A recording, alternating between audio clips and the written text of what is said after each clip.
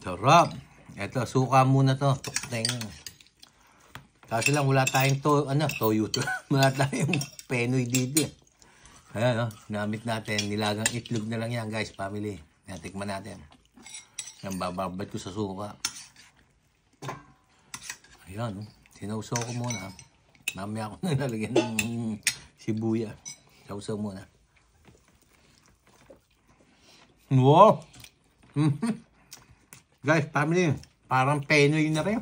Ang sarap. Tok na yun eh. Lagyan ko ng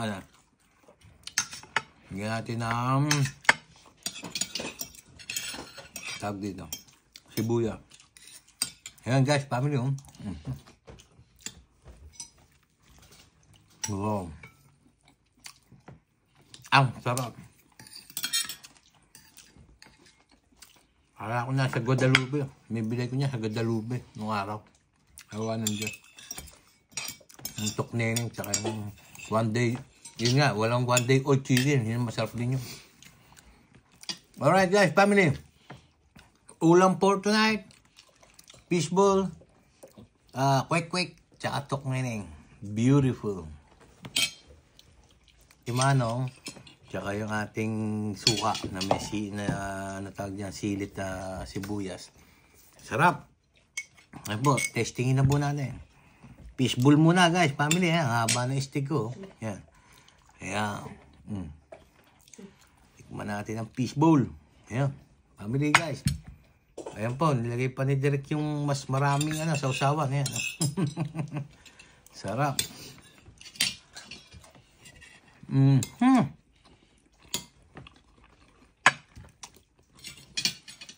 Gusto ko ng kanin. Kaya ko ng konting sauce.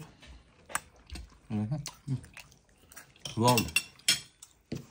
Fishball sa kanin. Family guys. Ang guys, family.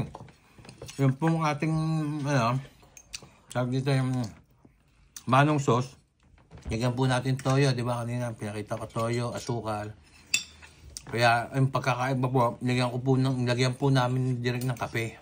Dahil wala po tayong mabili dito ng panutsa. Nilagyan ng kape, yung lasa niya, yung aroma, yung amoy. Sarap, parang panutsa. Sarap guys, family. Ayan, tignan natin itong ating kwek-kwek. Mamaya na po ako magsusuka. Ayan guys, family. Sarap. Wow.